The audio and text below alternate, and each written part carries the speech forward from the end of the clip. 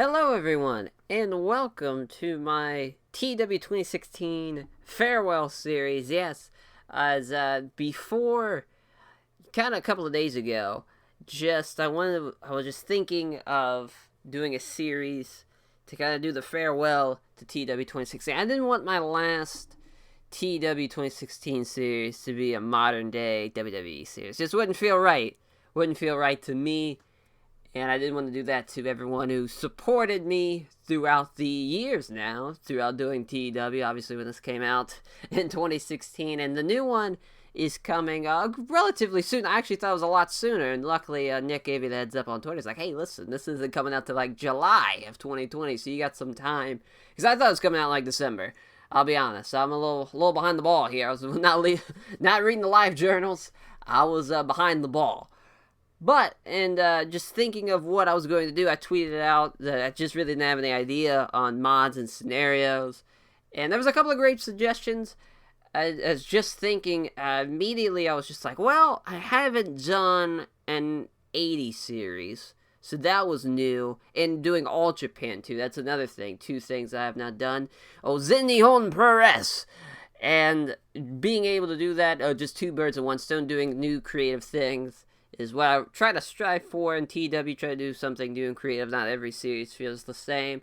And this one, too, instead of booking a show and, like, pre-booking it and then showcasing it when it's done, when we run through the show for the grades and stuff, I'll be giving everybody, pretty much complete access. I'm going to be booking the shows and rerunning the shows just as a recording session, as one whole thing.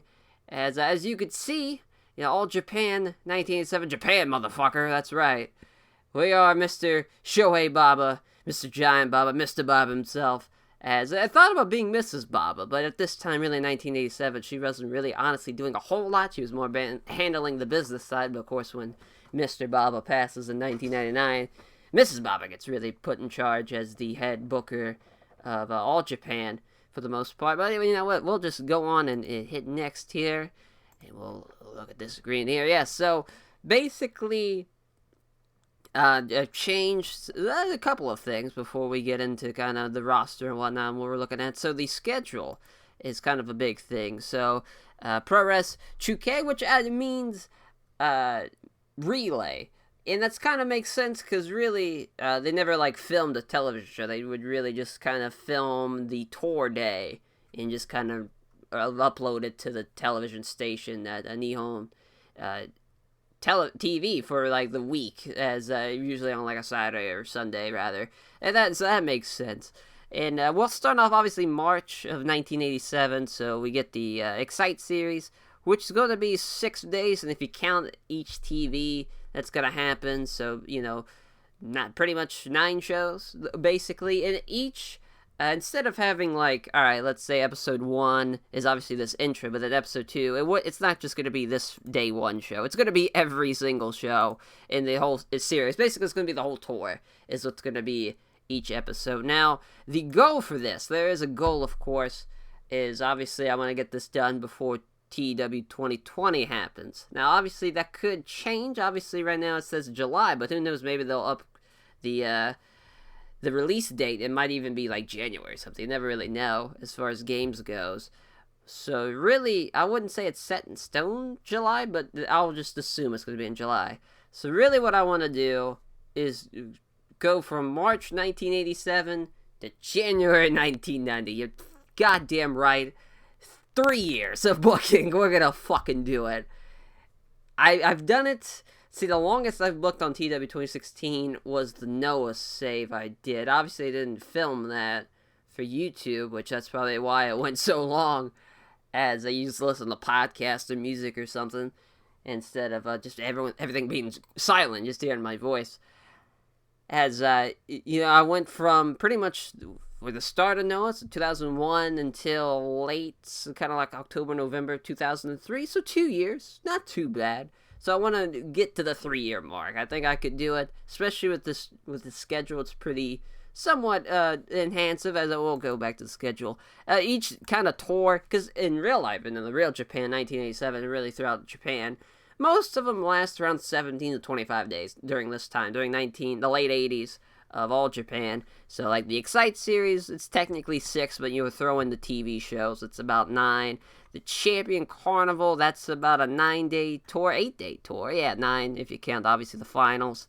So 7, and then 9, and then the Superpower series, I believe I put that to about 4, 5-ish? Oh, no, even more than that. Okay, so 8, and then the Summer Action series, that was 6, and the Summer Action series 2, that's 4, and I haven't edited the schedule for October in the World's Strongest Tag League. So really the main focus for All Japan right now is definitely, as far as importance, definitely the World's Strongest Tag League. That is running full speed ahead, and is at that point, especially in All Japan, the tag matches are at another level so far, and in the late 80s, just as far as the talent that's in them, and kind of the craziness of the All Japan tag matches. As in the Champion Carnival Finals, obviously, if you're a fan of All Japan currently, you understand the Champion Carnival is the round-robin tournament for the championship. Now, during this time, as we'll just segue over the titles, there is no Triple Crown Championship because we still have the 3 champions the championships before they become an actual championship. Back in April 18th, 1989 is when they formed all 3, so they combined the NWA International Heavyweight Champion, right now it's Jumbo Tsuruta, the NWA United National Champion, which is Tenryu, and then the World Heavyweight Champion, PWF World Heavyweight Champion, the Pacific Wrestling Federation, which is not really a real thing. That was kind of like the Gaijin side of where All Japan, just really a lot of Gaijins held this belt, and they held the PWF tag belts. Now, that happened in 89. As far as keeping to real life and realism here, I'll probably speed that up to at least 88. Just because, really, at this point, especially this mod, as obviously we're a part of the NWA, as you saw from the NWA titles, but there's a talent chase, didn't really need to say. The NWA, it's, we're doing okay. The Jim Crockett Promotions is a part of it, so that's probably really the biggest thing. EMLL is a part of it, and that's huge. But really, it's kind of on nothing really to do as far as the mod goes, because the titles, it's only the NWA Florida Heavyweight Championship, because the Jim Crockett Promotions, they have the NWA World Heavyweight Champion. It was Ric Flair, of course, during this time. So, we can't really do a whole lot with the NWA. We'll keep it around as far as us being involved in the fucking alliance, probably for another year until we drop and create the Triple Crown Championship, which that's going to be a lot of fun. As you can see, I haven't done a whole lot. The production values and all that needs to still be updated for Nippon TV. As the product, I did change this, as really, we're not King's Road yet. King's Road was really the idea, the psychology behind King's Road is basically the NWA influence of a story within a match, but with also the Japanese pro-res of it being a legitimate kind of contest. Strikes are a huge factor, the ultra finishes, stuff like that. So it's really combining the two styles into a nice, organic, unbelievable blend of wrestling. Really, when this, I'm going to keep it traditional pro-res. I'll change it to King's Road, maybe, because really, everyone's opinion is really different as when King's Road started. To me, King's Road started in the 90s, when, basically, because the idea of King's Road was obviously Misawa, Kenta Kobashi, Kiritawa, and Toshiaki Kawada. Those four was kind of on the road to becoming the next face of All Japan, taking down Jumbo Tsuruta, and that was kind of really the mythology behind that name. So, and during this time, 1987, and pretty much until when I end this series, which would be January 1990, I'm going to kind of retool history. The Misawa Jumbo Tsuruta match that was so influential in 1992. We're going to speed that up just 2 more years. We're going to do it at January 1990 to kind of end the series on that note. As talking about the product, this was at heavy, and I bumped it down to low. The reason behind that is because during this time, and really, not really currently right now, but during this time, there's a lot of double countouts, double DQs, a lot of air quotes, fuck finishes. But the crowd didn't really, weren't upset. They weren't they weren't like booing or anything like that when it happened, because they knew the payoff was going to happen during the tour, maybe even the next tour, maybe even a year from now. But they trusted Mr. Baba, they trusted the product that was going to be delivered, and they were going to have that match, and someone's going to win, someone's going to lose. They trusted that to happen. And that was just kind of the way that was in the 80s. If you could kind of look up a lot of results, there's a lot of double countouts and a lot of double DQs and tag matches. That's just the way it is. And we'll just kind of get out of that. As far as titles, yeah, we'll actually go through the titles. I brought them up, but yeah, right now the champions, as far as March 1987, the All Japan All Asia Tag Team Champions, as Ashura Hara and Super Strong Machine. The Super Strong Machine, of course, loyal to New Japan, as his contract is coming up, I think, in 3 months. A lot of the guys loyal to New Japan are really going to be leaving here soon for New Japan. So, obviously going to have him drop the belts, him and Hara there to drop it throughout the tournament, as Masanobu Fuji as the All Japan Junior Heavyweight Champion. Obviously, throughout the years of All Japan, the junior heavyweight scene was never really focused as far as the main focus for All Japan. That was mainly the heavyweights. It was a heavyweight-driven world, and I would like to change that a little bit. I got some names to kind of bring in to maybe help that out, but we shall see. Obviously, the All Japan World's Strongest Tag Team League, obviously that's staying as is. The NWA International Champion, obviously the biggest prize for All Japan, the NWA International Heavyweight Champion, Jumbo Tsuruta. We're in Jumbo's world right now. We're in Jumbo Tsuruta's world. He is, the main ace. He is the fucking guy right now, as far as All Japan this time. He's unbelievable tear. As then the NWA International Tag Team Champions, whereas Tenryu and Jumbo Tsuruta. What a fucking team that is. That's going to be a hard team to kind of take the belts off of in real life during this tour that's happening right now in March in the game. The Road Warriors beat them in a countout.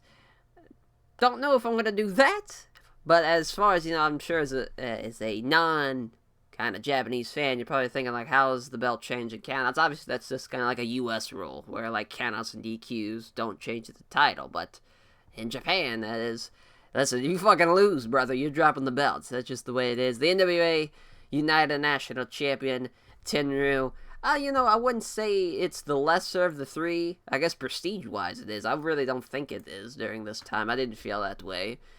But that's just my opinion. But it's close. It's probably between this and the PWF World Heavyweight Championship. Obviously, Tenryu, solid number 2. Solid backup for fucking Jumbo Tsuruta as the kind of guy. And he'll probably keep the belt for a little bit longer. Well, maybe, around a couple of months we'll see. Champion Carnival's coming up. That might be a big time change for some belts. The PWF World Heavyweight Championship, if you saw on the main screen that we saw, Riki Choshu's contract's running up. And we're not going to sign him because he's loyal to New Japan. He's going to New Japan. He doesn't want to sign with us. So it's just fine. I probably would have let him go, honestly, if I'm being honest. Because Riki Choshu, as much as he's a legend, he's fucking awesome. And he's very talented. It's just really, for me, not the biggest Riki Choshu fan, if I'm being honest. I've always kind of said Tomohiro Ishii does Riki Choshu better than Riki Choshu did, type of thing. Like, it's just kind of the way it is. And that's kind of no disrespect to Riki Choshu. It's just, he invented fucking Scorpion Deathlock, though. Shout out to that. So there's, God bless that. But he's just not in the plans. We'll have Stan Hansen beat him in this upcoming tour that's happening right now. And the PWF World Tag Team titles, these belts get dropped. They get combined with the NWA International Tag Team belts in 88. We might speed that up, actually, too. Who knows? We'll probably actually, honestly, now I'm saying it, we are going to do it pretty much the same time we create the All Japan Triple Crown Championship. Just do it in the same year to keep it relatively the same turnabout year. But, yeah, these belts aren't going to be along too long. But, obviously, the main focus for tags is the NWA International Tag Team Championship. As we go, we'll go to the creator meeting before we go run down the actual roster. Here, as Riki Choshu, he's leaving. I wouldn't say he's the franchise player. That's definitely Jumbo Tsuruta. And we're Giant Baba. At this time, Giant Baba's stepping down. He's reached that age. He's 49, He's, especially with his giantism, that's tough. That's a tough 49. And he's obviously still over as fuck. I mean, it's his company and whatnot. So you could basically, we'll take Giant Baba. We'd put him like 5th here. So we'll just kind of take Choshu out. So we have Jumbo Tsuruta. He is without a doubt the guy. He is our ace. He's the guy we want. As far as the best of the best, he is number 1. Jumbo Tsuruta, God bless him. Tenryu, again, number 2. Awesome. He's over at this point. Unbelievable in the ring at this point. He's got the presence. He's got the charisma. That's pretty solid. That's a great... And then Stan Hansen, without a doubt, the most over gaijin we have at this point. And without a doubt, on fire. His Japan run, unbelievable. From the late 80s to the early 90s, unbelievable run. One of the best ever. Next big things, obviously, number 1 and number 2, unbelievable. 2 of the 4 pillars going to the 90s. Tiger Mask 2, as we know who's under that mask. Mitsuhara Misawa. Fucking God himself. Mitsuhara Misawa. And then Yoshiaki Kawada. Which, I mean, look at that. Look at this man. Dangerous K himself. A bad motherfucker. Had to fucking freeze his ass off in Canada. While this man was over here becoming a legend in front of our own eyes. So he's a little pissed now that he's over here in all Japan. He's kicking people in the face. No problem. And Kensuke Sasaki. Obviously probably more, and he's loyal to New Japan, which that makes sense. Obviously more kind of well known for that. He was, a protege of Riki Choshu, started over there in Japan's Pro Wrestling, which is kind of weird, which is to kind of say as far as, that was a promotion that Riki Choshu started. And in the kind of late 80s. Kind of like a sister promotion for All Japan. And that's where you got to start. Obviously, he goes on to bigger and better things. I don't know how long we actually have him for. We better check that out when we go to the roster. Samson Fukai, who is, he leaves actually in real life is 1990. In the first Exodus that happens in All Japan, Riki Choshu comes back and he takes a handful of guys, basically the guys that are in his stable, and go to, they form, basically when the Super World of Sports forms in Japan in the April of 1990, he takes a bunch of guys from All Japan and he goes to them, and Yoshinari Ogawa, the fucking rat boy himself, he's just the rat boy at this point. He's not teaming with Misawa. That doesn't happen until like the late 90s and into Noah. So he's just kind of here right now. He's in the stable with Toshiaki Kawada and whatnot. Well, actually, look at the stables now I'm talking about. I'm all over the place. So yeah, the Ishingan, which is Riki Choshu's promotion. He started that, when he upset that he didn't beat Tatsumi Fujinami for in 1983. And he turns on him, and he turns heel, and he really becomes the first, kind of heel as far as New Japan's concerned. Really, basically all of Japanese pro wrestling during this time, in kind of the 80s, post the JWA. He's really the first one to really take on, a heel persona from the crowd. And that was Animal Amaguchi, which, of course, a lot of people are familiar with the name. Unbelievable trainer now, Naito, Shingo, fucking bless him. As Usami Teranishi, as Isamu Teranishi, who is a solid hand. Killer Khan, this is kind of towards his later end of the run. He goes to SWS. Kunakai Kobayashi, obviously a big villain for the Tiger Masks, both Satoshi Sayama and Tiger Mask 2. Mitsuhara Misawa, of course, they have that infamous, match in 1985. And he leaves in 3 months. I already kind of looked at his contract. Riki Choshu, of course, is stable. And Yoshiaki Yatsu, who's a solid tag worker. Yoshiaki Yatsu. And then the Revolution, which is kind of Tenryu's little stable. And this is, Kawada and Ogawa in the same stable. That's always kind of cool to see. And Samson Fuyuki and Ashura Alright, so, and we'll go into the roster now, as we have seen the titles that we've seen. We don't really need to look at the talk, really. You don't need to see that. Showstoppers, Mel Masquerade is there, but I think he's leaving, so there's really nothing we can do. Ring Generals, Ted DiBiase's there. That's nice. Who's hot? The Road Warriors, Baba, Jumbo, and Stan Hansen, which of course we talked about. The Road Warriors, in real life, they beat the NWA International Tag Team Champions. And nobody's there. Time declined. Fucking God bless Rusher Kimura. He wrestles until he's about 63 years old. God bless him. And Hidden Gems. We're going to bring in Gran Amata. For sure. He's getting brought in. As Hiroshi Ishii, who really, during the 80s, he doesn't get booked a lot in real life because he was a part of like the Japanese kind of parliament that was going on during that time, so he didn't really get to do that. Obviously, Johnny Ace gets brought in really as the tag partner for Dr. Death. And, Sting at this time, I probably won't bring him in. And, Yamazaki, he's, still a part of really New Japan. You see him sometimes a color commentator and a head trainer. Not really the head trainer, but a trainer for the New Japan Dojo right now. He's kind of the guy with bald head. He's got like a kind of white goatee-ish look. He's sometimes does color commentary when they do something for what television product is it? I think it's Neon TV. It might be something else. But he does do something still for New Japan, at least to this day. So that's kind of cool to see. As we'll do the production stuff kind of before episode 2, so we don't have to worry about that. So the Animal Gucci talked about him. Obviously, that your infamous trainer now is a freelancer, so whenever this contract runs up, which is 9 months, he is pretty much gone. So I'll have to think about that. Art Cruz, enhancement guy from the U.S. Obviously, a journeyman guy, Jin. 500 per show. We'll see how his ratings are before I make a decision if he comes back or not. Because he's kind of a bad influence in the locker room, I believe. I'm all over the place here. But he's a negative influence. So he's probably getting the kibosh out of there. As Shura, All Japan, All Asia Tag Team Champion with a strong, super strong machine. There's that. Billy Robinson.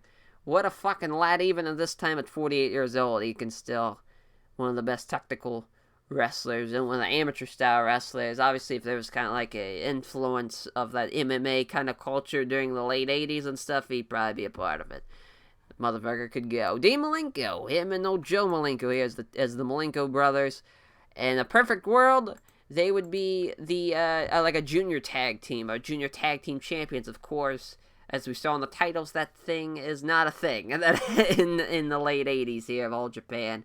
So they're just kind of here. And again, freelancer for Dean Malenko, so when that contract runs up in a year, which, even though it's a touring contract, so it'll be up even sooner than that, pretty much when this tour ends, we'll see if he'll re-sign him and Joe, which Joe might not be a freelancer. Yeah, we might stick with old Joe. Give him the fucking rub, son. But yeah, Dean Malenko. We'll talk about Dory Funk. That's all we can say about the Malenkos as freelancers. So we can't. He'd be a perfect like All Japan Junior Heavyweight Champion, but we shall see. Dory Funk Jr. I mean, obviously one of the greatest technical wrestlers during the 70s and even the 80s too. Him and Jack Briscoe were probably the best as far as technical wrestling is concerned during that time.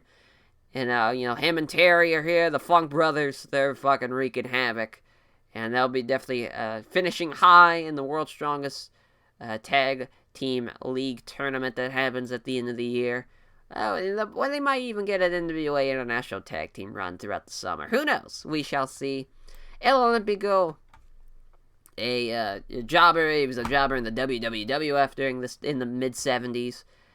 He's kind of past his prime now. He's just kind of getting a check. We'll probably let him go too when this fucking tour happens. Cause he's definitely past his prime. But he's an enhancement talent, so that's kind of, it is what it is. He's just there to fucking look up the lights and get a 1, 2, 3 on him. So there's our announcer there. And he's also, I believe he is still to this day a part of the All Japan announce team. He just had, actually, yeah, his 30th anniversary is this October with All Japan. Because his 20th anniversary was 2009 in October. So that is awesome to think that he is, for fucking 30 years, has been a part of this company. Obviously at this time, just right off the beginning, fresh 1 year in the business. And he's just been a staple ever since. So God bless him. Tenryu, of course, talked about him. All Japan, the second guy in command behind Jumbo Tsuruta. Skills-wise, you can kind of see, B-, B+, progress. Solid all-around talent. Former sumo star. That's always nice. Giant Baba, we are Giant Baba, and we're going to be kind of putting some guys over, to be honest, in tag matches. That's probably going to be the goal. And we'll see how it goes. Because he's twilight of his career. No Shohei Baba at this point, at 49 years old, 26 years of pro. But he's still got that charisma, though. Look at that, 98. Fucking God bless Giant Baba. He'll definitely... We might even have him be color commentator. Oh, no, we're not. No, the fuck we're not. Oh, my. As that is not going to be a thing. He's just going to be there to fucking main event and open up the show. As Goro Surami. As we have Goro here. This is, the undercard, All Japan guy. Nothing more to say. His brawling's not too bad, though. It's C-. 38 years old. Kind of towards the back end of his career. That's it. And, as Haruka Aijin, who even, at 50 and 60, wrestles in Noah in 20 years down the line. Him and fucking Rusher Kimura still hanging around later on. So that's a crazy thing. Wow, he's still wrestling and 41, 20 years in. Yeah, he's still going at 60, son.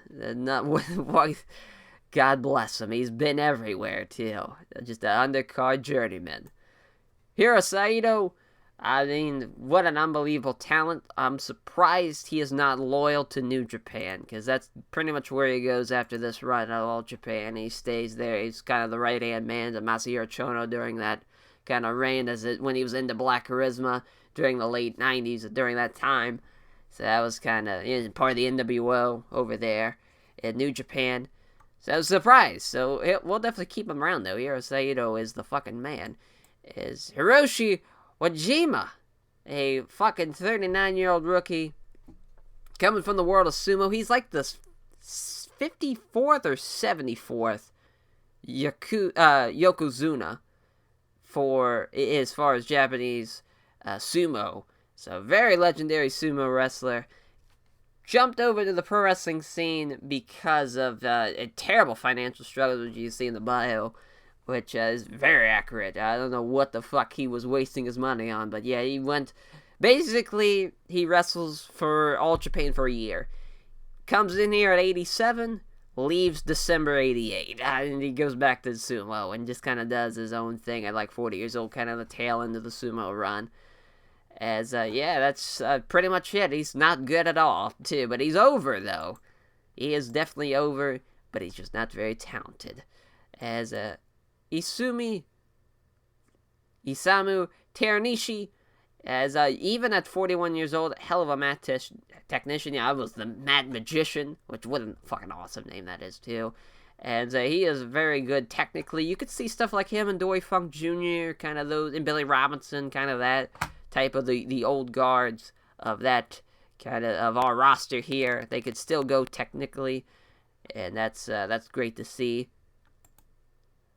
As Iso Takagi, young lion coming right off the fucking boat here, helped, was in the Jim Crockett Senior Memorial Cup with Giant Baba, which, holy shit, what a fucking honor that is.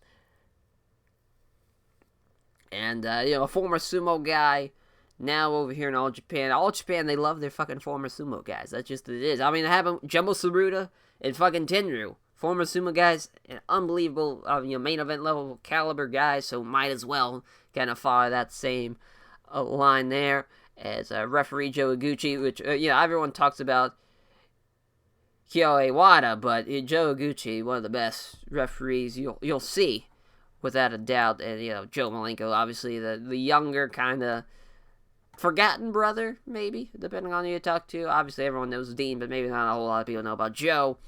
And it's kind of crazy, also, too, a great job on the Mod Squad, which Mod Squad made the 1987 mod.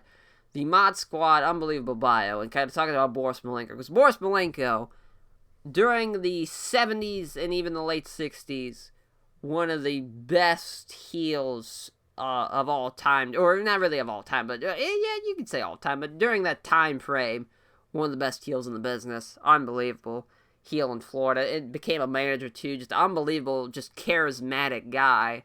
And he has two brothers that probably are the most dullest sons of bitches you'll ever see. Cannot cut a promo, can't do nothing.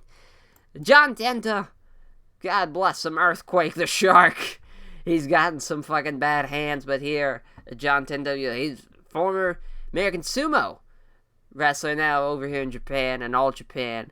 Very early on, very green, not very good, but we're gonna give him a rub because listen, Earthquake, he was fucking awesome. Let's be late 80s, man, when he fucking him and Hogan, that was awesome for fucking SummerSlam. That was more in the early 90s, but still.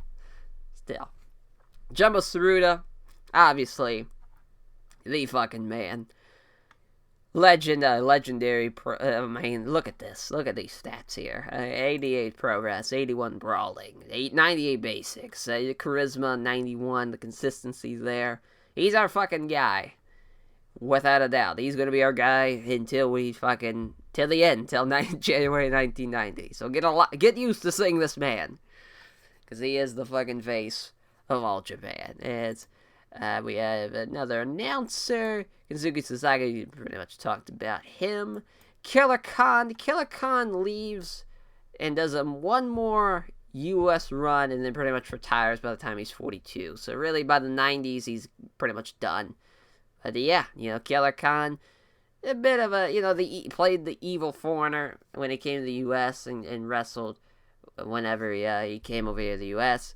And pretty much in Japan, hell of a brawler, so this is perfect for All Japan. We'll use him quite well until his freelance contract runs up, which is 28 days, so pretty much throughout this tour. As the color commentary, as we talked about Kobayashi there, the fucking man himself, the GOAT, fucking Wada. God bless him. 100 reffing, you're goddamn right. Magic Dragon, fucking, obviously was teamed up with the Great Kabuki. Former fucking background in judo. Was, I believe his real name. There we go. Haru Anada. And, became, I'm using them as the Magic Dragon just because it's a little bit more creative, kind of Kabuki-ish, which I like, and we kind of could use him too, because we have the Great Kabuki too, so that's kind of nice to see. As we got the All Japan Junior Heavyweight Champion here, as resiliency 100 though, that's legit. We'll hope to kind of, since Tiger Mask 2 graduated the heavyweight division the year prior, he's become the guy now in the juniors division. But that's probably going to change. We'll probably get a better junior in here, to be honest. Sorry. Getting out of a job. As the other Masanibu, as we have, he's the undercard guy. He wrestled in Mexico as well as here in New Japan and All Japan. It's really much all over the world, well-traveled guy, pretty much an undercard guy for the most part. Obviously 40 years old, towards the tail end. Probably won't see a whole lot of him, plus he's a freelancer. But his contract runs out in the year, so you will be seeing a lot of him. So there is Mighty Inoue.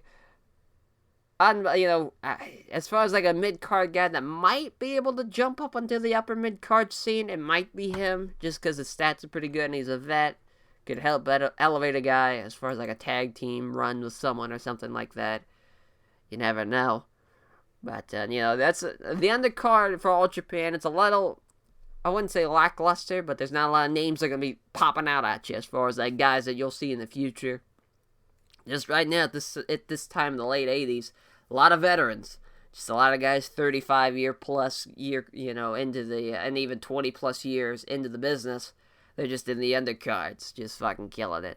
As Mil Mascaras, obviously, probably the most famous luchador that's wrestled in Mexico, I would say, as far as, Mil Mascaras, even, kind of combining what's been going on. Maybe, Dragon Lee, it's be hard to say Dragon Lee, when it's all said and done, but Mil Mascaras, whenever there's kind of like a top 10 list of top gaijins that have wrestled in Japan, usually Mil Mascaras makes the list, just because during that time in All Japan, where All Japan is just on fire, he was used a lot.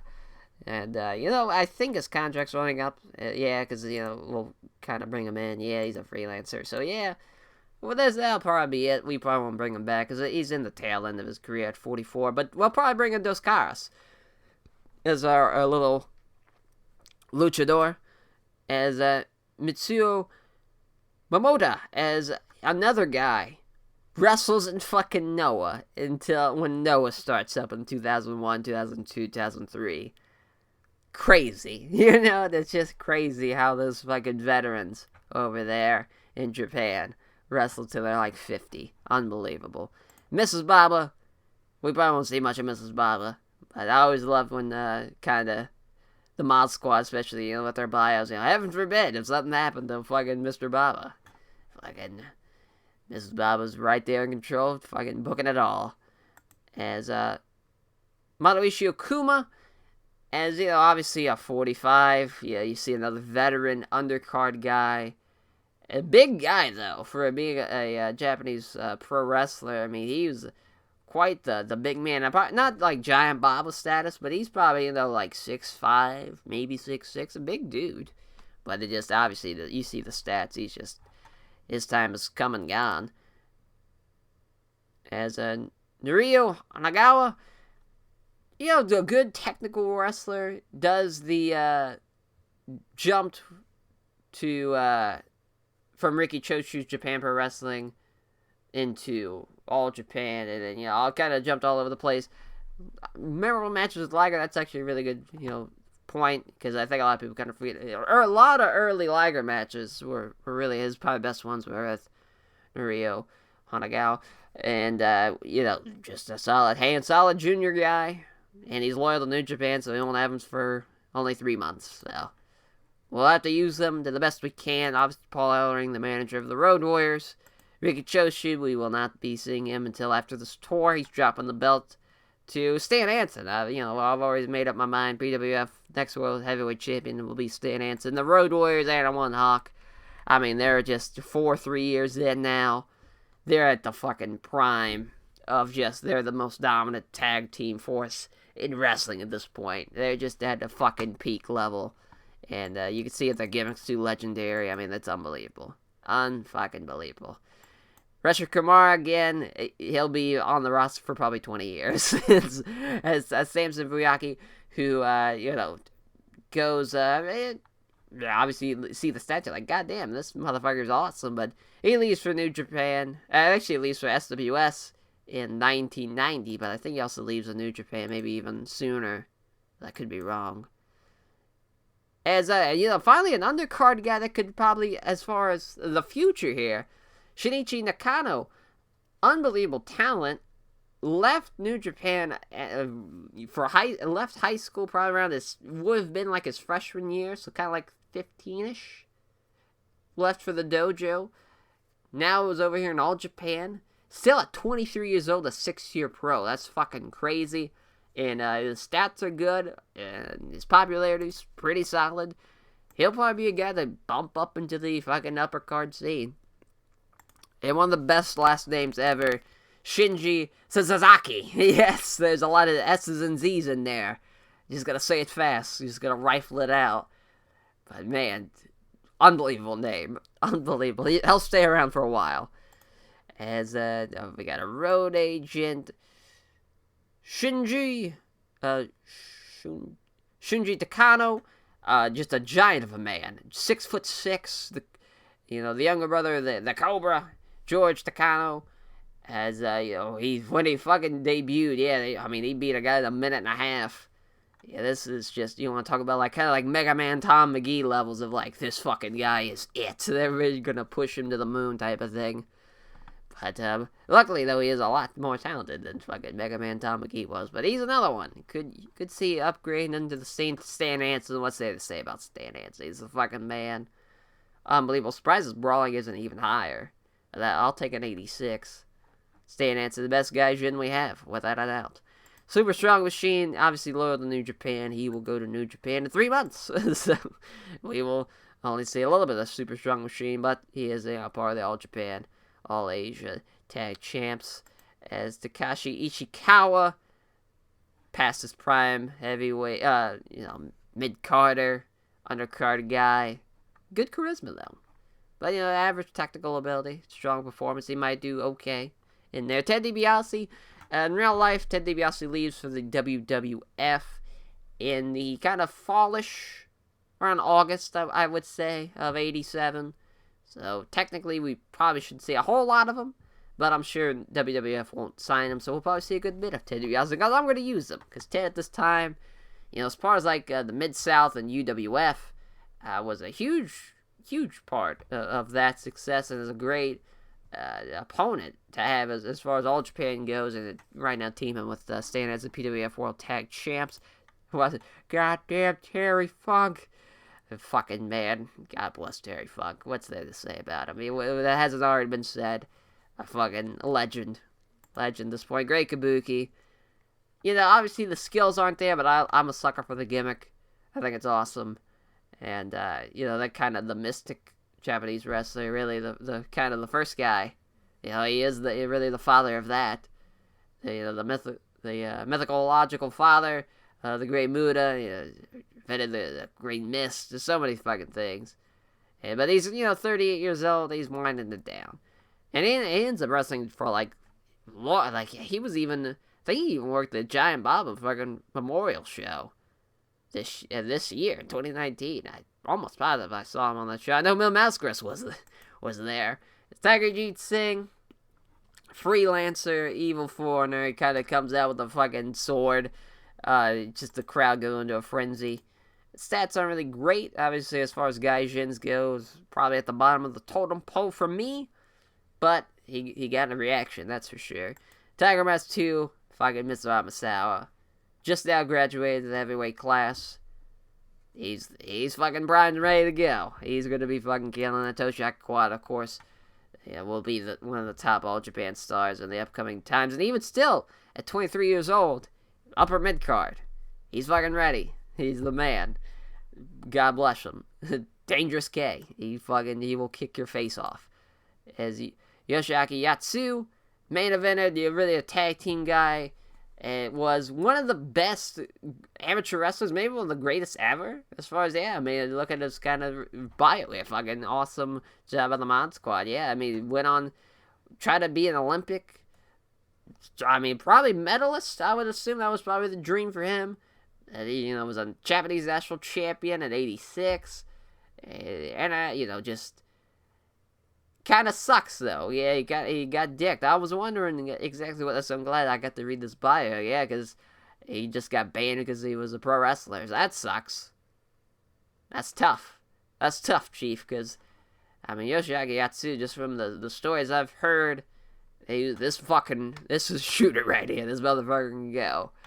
And then Ogawa, the rat boy, obviously from his size. If you've never seen Yoshinari Ogawa, he wrestles more like an American heel would. A lot of eye rakes, a lot of low blows. And that's always what was so funny with him teaming with Masao. Masao, the god of pro wrestling, as just the god of pro wrestling, the fucking man. And then teaming with Ogawa, just a cheating bastard. It's just so funny. The complete opposite dynamics. That's always what made the team fun. But that will do it for episode 1, the intro episode. These are always long, because I always talk forever, but I just gotta get the people excited. I'm so excited to do this. All Japan, late 80s. This is gonna be so much fun. Fucking love this time period. This is such a great time. I can't wait to see how the ratings go. Can't wait to see how the shows run, the tour goes, the Excite series happening. Our Prestige is the 90, Momentum. Hopefully we get that up to about the 70s and the 80s. And actually, before we go, we'll take a look at the short list. The kind of the guys I've had, a lot of short lists. Well, kind of Bruiser Brody, for sure, is going to be brought in. 1,000%. definitely for the world's strongest tag league. Him and Stan gonna do well. Finley and Dave Taylor, they're gonna be a team without a doubt. Dave Boy Smith Jr. fucking Dave Boy Smith Sr. and fucking Dynamite Kid. I will sign them away from WWF, have them be Gaijin tag team over here. Bam Bam Bigelow, I love Bam Bam. He'd be awesome. Onita when he gets healthy, because right now he's out for like 4 years with that knee injury. But I looked in game and it looks like he's out for a year and a half. So we'll take that. And let's see here, Art Barr and Eddie when they're fucking get ready to go. As far as a lot of luchadors, I want to bring in some luchadors to kind of help up the junior division. Harley Race would be great to bring in. Fucking Red Shoes, son. We'll probably bring in Red Shoes if we ever needed a ref. Johnny Saint be nice. Johnny Smith. As a fucking shortlisted Liger, just in case. You never know. Gajimudo. Conan be fun. La Parka. Some guy named Mean Mark Callis, who knows? I heard he become something. Has Mark Rocco, the fucking man. Rollerball Rocco, the fucking man. Black Tiger. Norman Smiley for sure is getting a job. Alright, I fucking love Norman Smiley. He's getting a job forever. Sayama's on a hiatus, but that'd be nice. Obviously, Dr. Death, we're going to bring him in. Steven Regal will bring in. Actually, Shane Douglas will bring in. The Steiners, Savio Vega, he'll be brought in as far as the Puerto Rican team. Probably him and someone. I don't want to use Abdul the Butcher. Hopefully, I'll find somebody else to use. So I don't really like Abdul the Butcher, if I'll be honest. Scott Hall would be great, even though he's touring New Japan right now. Fucking God bless Tracy Smothers. Might be a guy to come in. Gaijin enhancement talent. Tiger Toy. The Warlord. The Spoiler, even though he's a veteran. 46 years in. He's a freelancer, but I love the Spoiler. That'd be awesome. The Barbarian. Terry Gordy, of course. Fucking bam, bam. A lot of Gaijins you're seeing. Dos Caras I'm going to bring in. And a lot of guys are just got a short list just because I like them. But I don't have really initial plans. But that was kind of the guys. Big Bubba, fucking Big Boss Man. God bless him. I think that's it. Oh, and Azuka. Look at fucking handsome Azuka. Who knew he'd become just a savage man? Who knew? But Azuka, that'd be kind of fun. Not a lot of Japanese talent, though, shortlisted, but that's fine. But that will do it for the intro. Also, before I go, do you guys, I've changed up also my display. Instead of having two on each side, I used a little actual animated graphic. Do you like the animated graphic? Or do you like just a simple one, kind of like this, where we got fucking Vault Boy giving us a thumbs up as we book All Japan? No, so, do you like 1 or 2?